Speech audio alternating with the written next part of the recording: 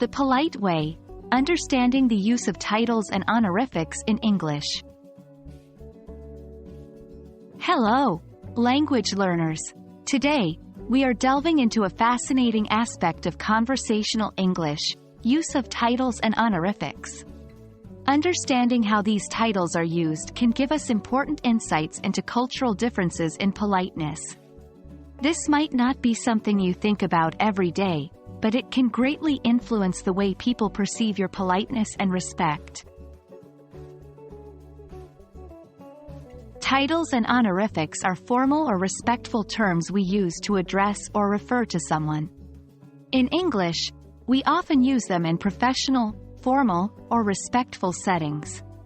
Examples of titles include Mr., Mrs., Doctor, and Professor, while honorifics may include Sir or Madam. These titles and honorifics help us to show respect and acknowledge someone's status or achievements.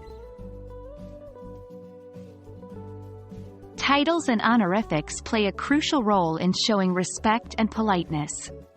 When we use them correctly, we can establish a respectful relationship, display courtesy, and communicate appropriately within certain social or professional situations. In English, it's particularly important in formal settings or when we address someone older or in a higher position. Using titles and honorifics properly can sometimes be tricky, but here are some rules to guide you. 1. Addressing individuals. Generally, you use the title followed by the person's last name. For example, Mr. Smith or Dr. Jones. 2. Marital status. Mrs. is used for married women, Miss for unmarried women, and Ms. is used when you don't know or when it's not relevant whether a woman is married or not. 3. Professional titles. Some titles reflect a person's job, like captain, professor, or doctor. Use these when addressing individuals in a professional context related to their job.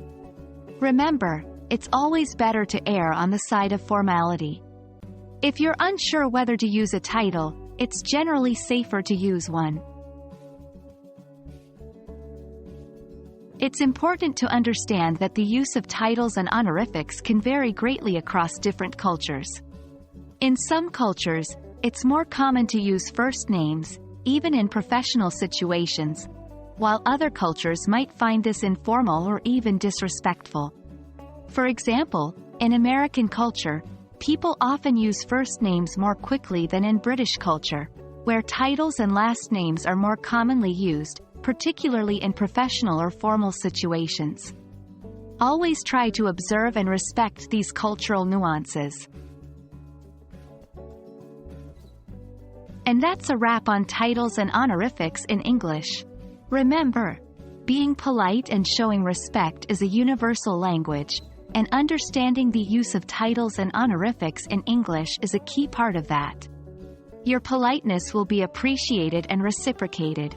Keep practicing, and you'll master this aspect of English in no time.